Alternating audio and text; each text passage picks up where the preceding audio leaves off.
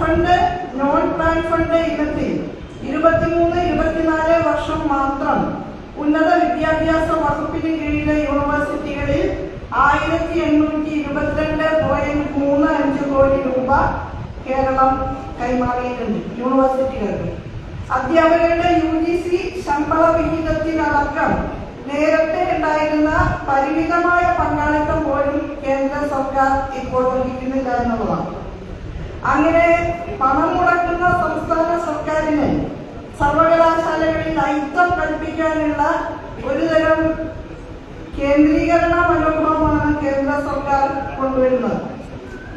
ഭരണഘടനയുടെ അന്തസ്സത്തയ്ക്ക് നിരക്കാത്ത വിധത്തിലുള്ള നിലപാടാണ്.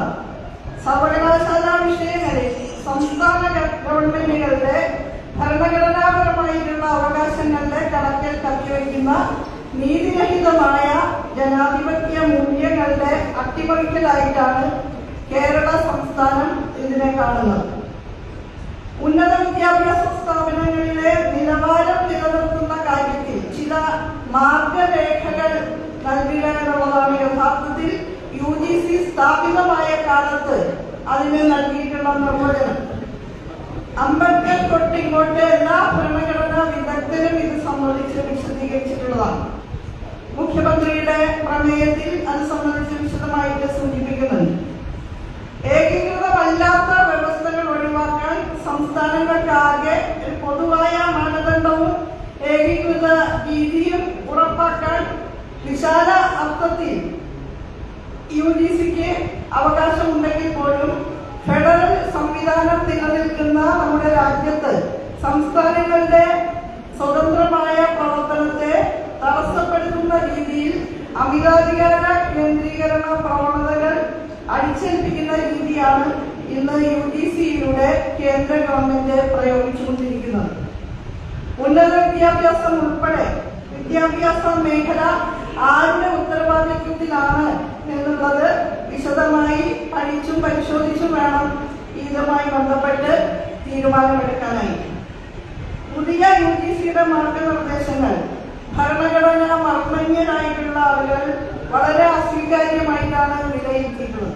അതുമാത്രമല്ല, അക്കാദമിക് വിദഗ്ധരായ ആളുകൾ, അക്കാദമിക വിഷയങ്ങളിൽ പണ്ഡിതരായവരും വിദ്യാഭ്യാസ വിചക്ഷണരുമായിട്ടുള്ള മുഴുവൻ പേരും ഈ മാർഗനിർദ്ദേശങ്ങൾക്കെതിരായിട്ട് രംഗത്ത് വരികയാണ്. ഒന്നാമത്, സംസ്ഥാന സർവകലാശാലകളിലെ വൈസ് ചാൻസലർമാരെ കേന്ദ്രം ഭരിക്കുന്ന പാർട്ടി തീരുമാനിക്കുമെന്ന വെല്ലുവിളിയാണ് UGC ഈ മാർഗനിർദ്ദേശങ്ങളുടെ ഭാഗമായിട്ട് ഉയർത്തിയിട്ടുള്ളത്. സംസ്ഥാനങ്ങൾക്ക് ഫണ്ട് നൽകി പ്രവർത്തിക്കുന്ന ഈ സർവകലാശാലകൾക്ക് ഫണ്ട് നൽകുന്നത് സംസ്ഥാന ഗവൺമെന്റുകളാണ്. സംസ്ഥാന ഗവൺമെന്റുകൾ ഫണ്ട് ചെയ്യുന്ന സർവകലാശാലകളിൽ സംസ്ഥാന ഗവൺമെന്റുകൾക്ക് യാതൊരു വിധത്തിലും പ്രവേശനം സാധ്യമല്ല എന്ന നിലപാടാണ് കേന്ദ്രം സ്വീകരിക്കുന്നത്. അത് കേന്ദ്ര ഗവൺമെന്റിന്റെ രാഷ്ട്രീയ ധാർഷ്ട്യത്തിന്റെ ഭാഗമായിട്ടുള്ള നിലപാടായിട്ട് തന്നെ നമുക്ക് കാണാൻ സാധിക്കും.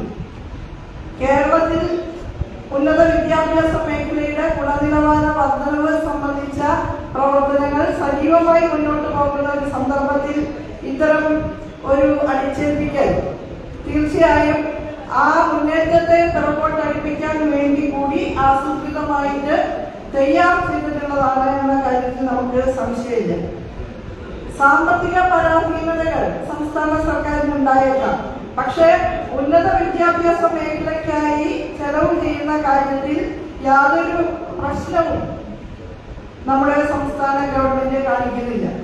തമിഴ്നാട് പോലുള്ള സംസ്ഥാനങ്ങളും ഈ പ്രശ്നത്തിൽ സമാനമായിട്ടുള്ള അഭിപ്രായമാണ് രേഖപ്പെടുത്തിയിട്ടുള്ളത്.